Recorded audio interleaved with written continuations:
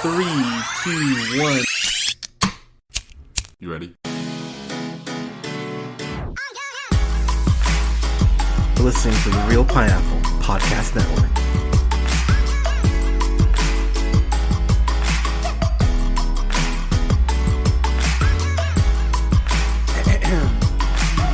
Everybody, thank you so much for listening. This is Real Pineapple with your humble host Hunter here. Hope you guys are having a good weekend or wherever you are. So I've got who knows how long this review will be. I've got a review here for My Spy, which is the new Peter Segal film. You know Peter Segal from quite a few things. Get Smart is probably the thing that most people associate him with. I forgot that he did 50 First Dates, which I actually like, one of the few Adam Sandler movies in the last 20 years I've enjoyed. He did Tommy Boy, which I fucking love. He was a director on... that's right, he does help on Shameless. I forgot about that. Of course, Naked Gun, 33 and a Third, The Final Insult, which I actually enjoyed. Tommy Boy, I mentioned Anger Management, The Longest Yard remake with Adam Sandler, which is also a good movie. I don't recall... the second act, the one with Mindy Kaling.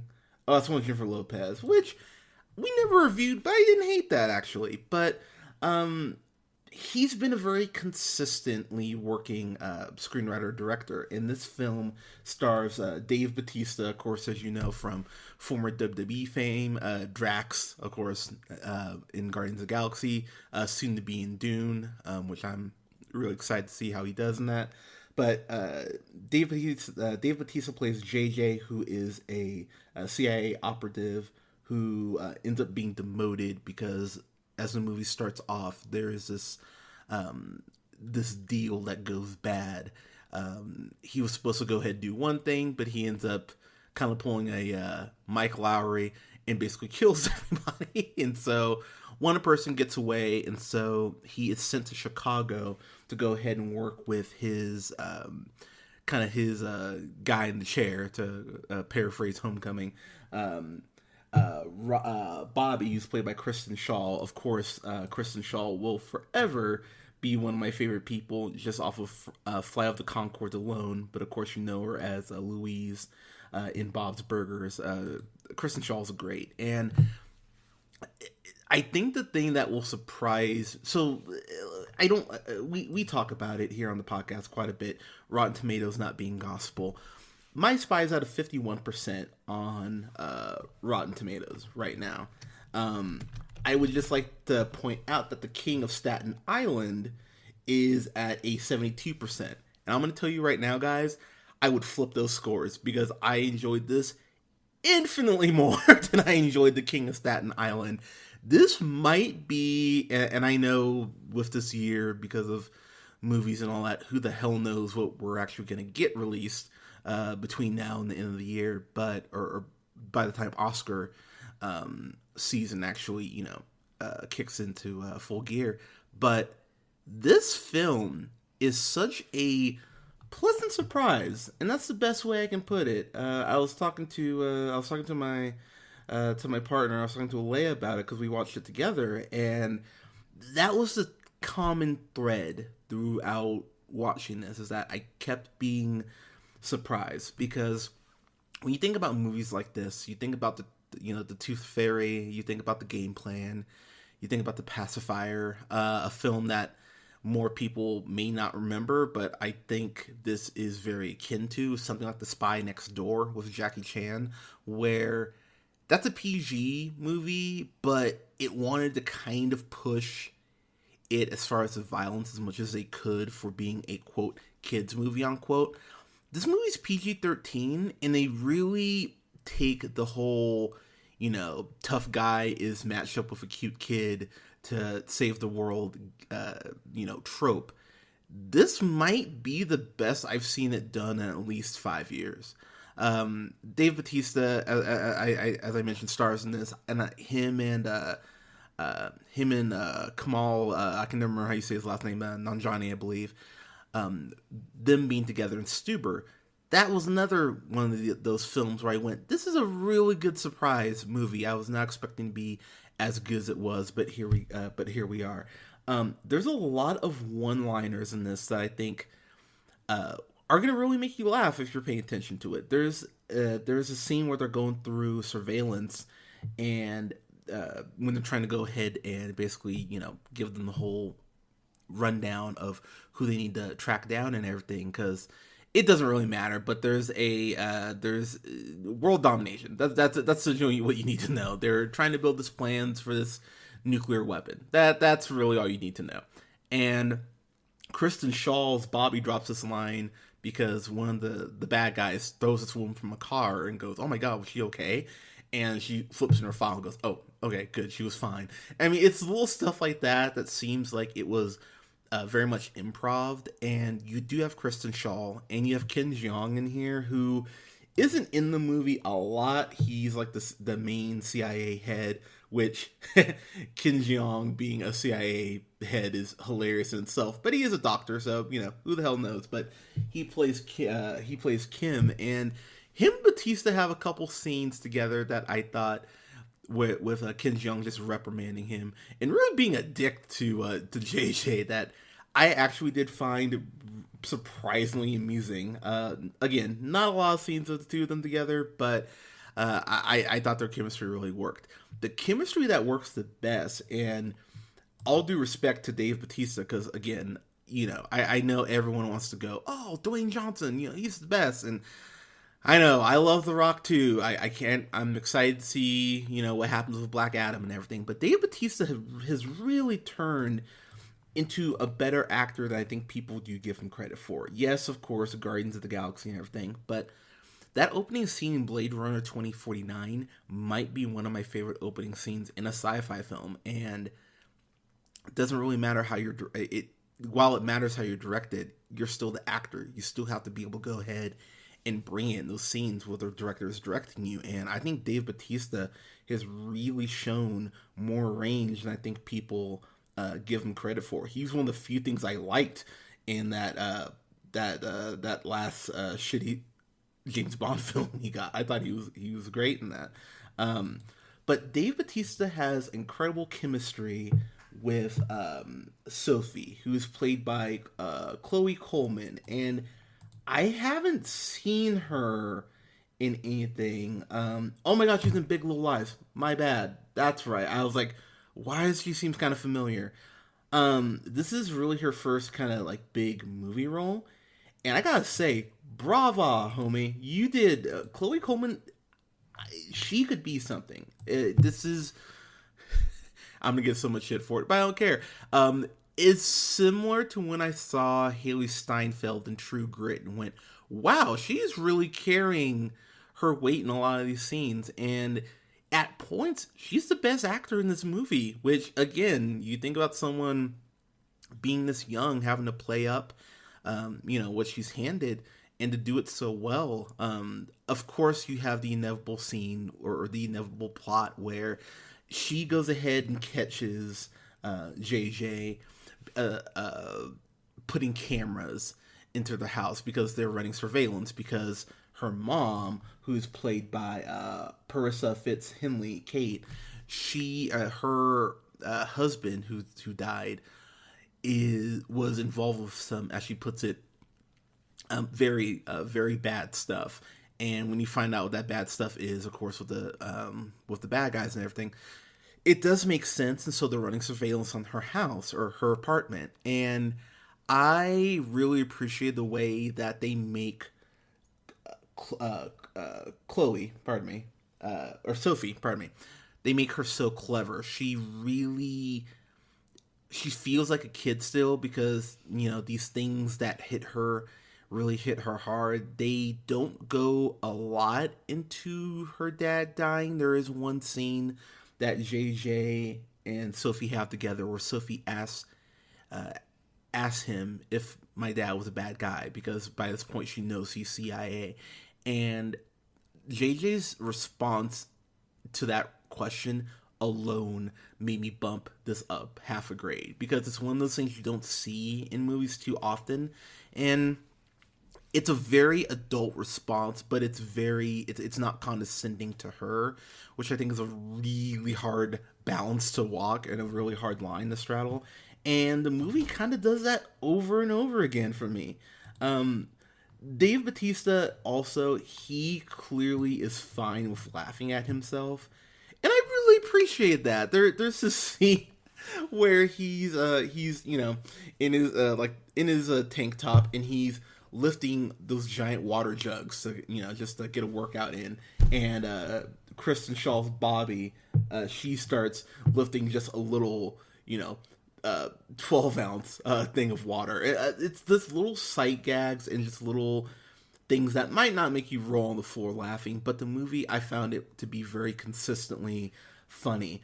Because this is also PG-13, it allows Dave Batista and just the movie to kind of have more fun with these kids being assholes. There are these two kids, and you see it in the trailer, who are just being real dicks to Sophie, and when they go skating, and JJ goes ahead flat out trips them, and I went, oh hell yeah, that makes me very happy because these kids are being little shits. There is a scene too that makes where Bobby throws up, and the reason why she throws up, I usually hate vomit jokes because my stomach, I see something like that and I want to throw up, but it was done as a gag that I actually went, that's pretty fucking funny actually. There is a subplot with some neighbors on the in the same complex, and they pulled two subplots or plot points, and I'm just using these as an example because it's what comes to mind immediately, that they pulled from Men in Black, and one that they pull from Archer, earlier season of Archer, like season 3, I want to say season 2 or 3. And I'm not gonna say what those plot points are, but the way that both were handled, I went, you know what? Okay, right on. I actually appreciate that. I love the chemistry between JJ and Sophie. That is really the selling point on the movie. The mom, I think she gets more screen time as the film goes on, and her and JJ, Person and Dave Batista, they do have really good chemistry. They, of course, go out on a date inevitably, and you saw in the trailer, there's that part where Batista starts dancing, and oh, I thought that part in particular was so fucking funny, and it made me laugh really, really hard. JJ's ice skating. So, as someone who cannot skate, I felt the pain when he's just falling and eating shit because it looks fucking painful. Oh god, just falling like that. But pardon me. But the movie itself, it's not taking itself too seriously. It knows what it's trying to be, and it really is the most, I wouldn't say most evolved, but it is an evolved version, as I mentioned earlier, of something like The Spy Next Door. The rating really does help because it allows for JJ to go ahead and cuss a little bit. It allows for some more quote adult situations as far as there being more violence, and the fact that in the dire moments, in the last 20 or so minutes, where inevitably, he has to go ahead and save Sophie, because it is this sort of movie. Of course, he has to save her in the end. I appreciate the fact they play up how smart she is with this thing that she's trying to go ahead and protect, and that JJ's trying to get. And to be honest, it really makes me it almost makes me want to ding Birds of Prey more, because what they do because of what they did with Cassandra Cain, and yet this girl's 9 and she's this resourceful. It's anyways, but I love the chemistry that her and Batista had, that the kid and Batista had. There are these scenes where JJ is trying to woo Kate, And Sophie is being a good daughter and realizes, like, look, my mom's been alone. There might be some chemistry here. And she's trying to go ahead and actually set them up to the best of her abilities. It's just really awkward, but in the best way, to see JJ just trying to be social and just being so socially awkward. They don't go too much into it, but I think they give you enough on JJ's background, because when you find out why he is the way he is and kind of what happened in his past, it's pretty heartbreaking. You go, oh, that makes a lot of fucking sense, actually, that you would be the way you are because of these things that happened.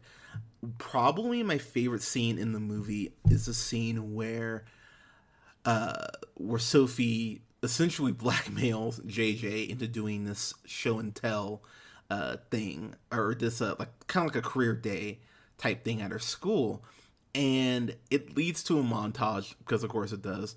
But he's up there talking about, oh, I used to be a trash man, and I used to take out people's trash, and the mean girls from the beginning of the movie who were giving her crap for just existing, because that's not terrible at all. Those kids are in the classroom like, haha, of course he's a trash man. That of course is who she brings. And he goes ahead and really makes his sacrifice and talks about what he really does, and becomes a hit at the school, and goes ahead and really helps her seem cooler. And it leads to this cool montage of him playing with the kids, and there's this great this great shot of him on a seesaw where the other kids, of course, are, it's like four of them to the on the other side. Just little things like that.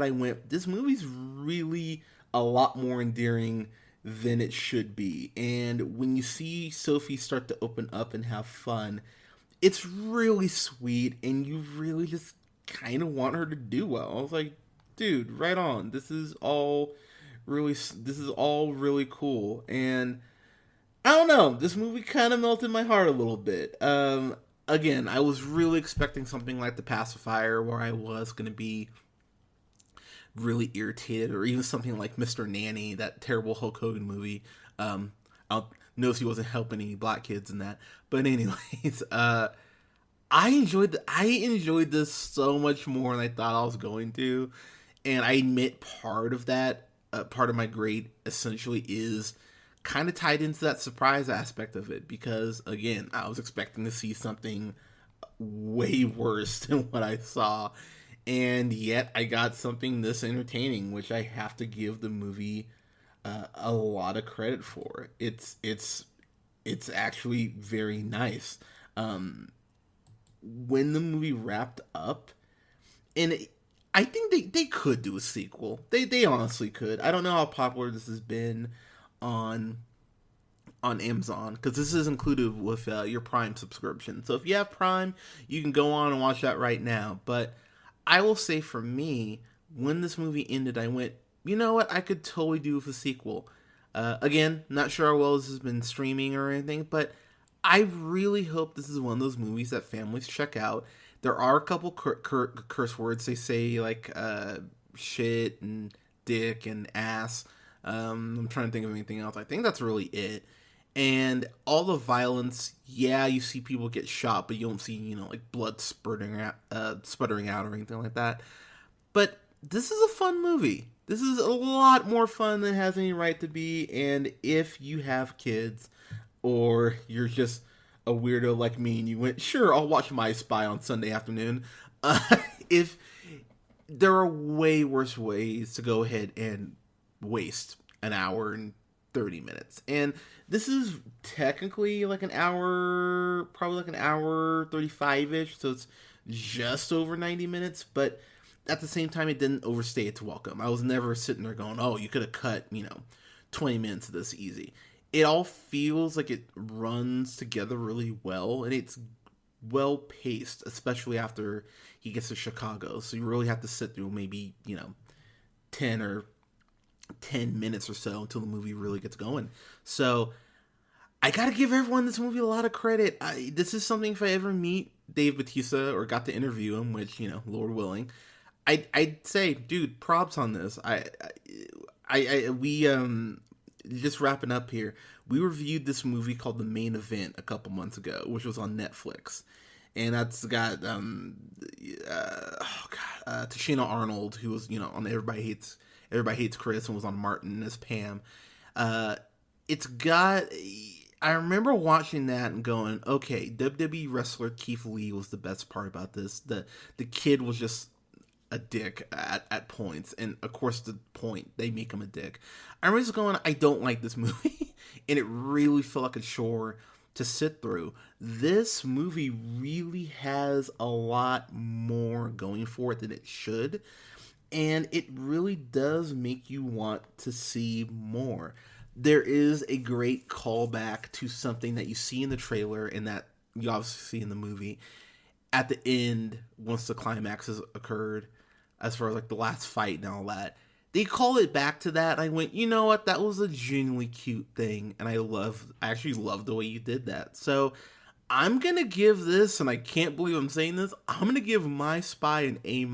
I thought this was so much fun. If you have kids, they will enjoy this. The other thing I wanted to bring up too is that they, and it's really subtle, and most people probably won't catch it, but they have Chloe herself, or Sophie, pardon me. I keep getting her real name and her character's name confused. Sophie is a biracial girl who is bilingual, and they don't try to do something that they do with a lot of biracial kids in film. They don't straighten her hair. Like, she just has her natural curls really the whole time, and her mom is pretty much is in the same boat. And I know that may not seem like a big deal to most people, but it's a big deal, and it's a very subtle thing that I appreciate that the film did. Also, on top of that, I love the fact that they really push her being an individual. It's not about her, trying to conform to being, like everyone else. She is, she's a very unique kid. She talks about she listens to French music and stuff like that to start off the movie, and I went, right on. That's actually something that I'm happy that you're highlighting. And also, last thing, there's this point where she's talking to JJ about, why are you the way you are? Like, did your wife leave you, or some, like, issues with a partner? And I went, I'm really happy they brought up the fact that just, like, doesn't have to be that it was an ex-wife, could be an ex-boyfriend, could be an ex-husband. Like, I really appreciate that they put that in there. Again, a lot of people may not give a shit, but it's those little things that are gonna make that are going to make it commonplace, so that we don't have to highlight it in every movie. So I really appreciate the movie for doing that. The guys who wrote this, I want to shout them out real quick. Eric and John Hober. They oh my god, that's amazing. Okay, so they were screenwriters on Battleship, which is dog shit, but they went ahead and they wrote Red, the first Red, not the second one. So they wrote Red. They did write Red 2. Well, that's unfortunate. So, not everyone can hit. So, they wrote Red, unfortunately Red 2, Battleship. They wrote The Meg, which, fuck yeah, I love The Meg. And then wrote My Spy. So, as far as I'm concerned, these guys they're actually thumbs up because of most of the stuff they've done. But this is a lot of fun, guys. You should check it out. So, yeah, A- for me. But guys, have you seen My Spy? Let us know what you thought in the comments below. You can go ahead and like us on Facebook at The Real Pineapple. Follow yours truly on the Twitter at JHunterRealPineapple. You can follow Scott on Twitter at Nearman the First. That's Nearman the First. And you can follow Colin on Twitter at The Real. That's REEL O'Neill.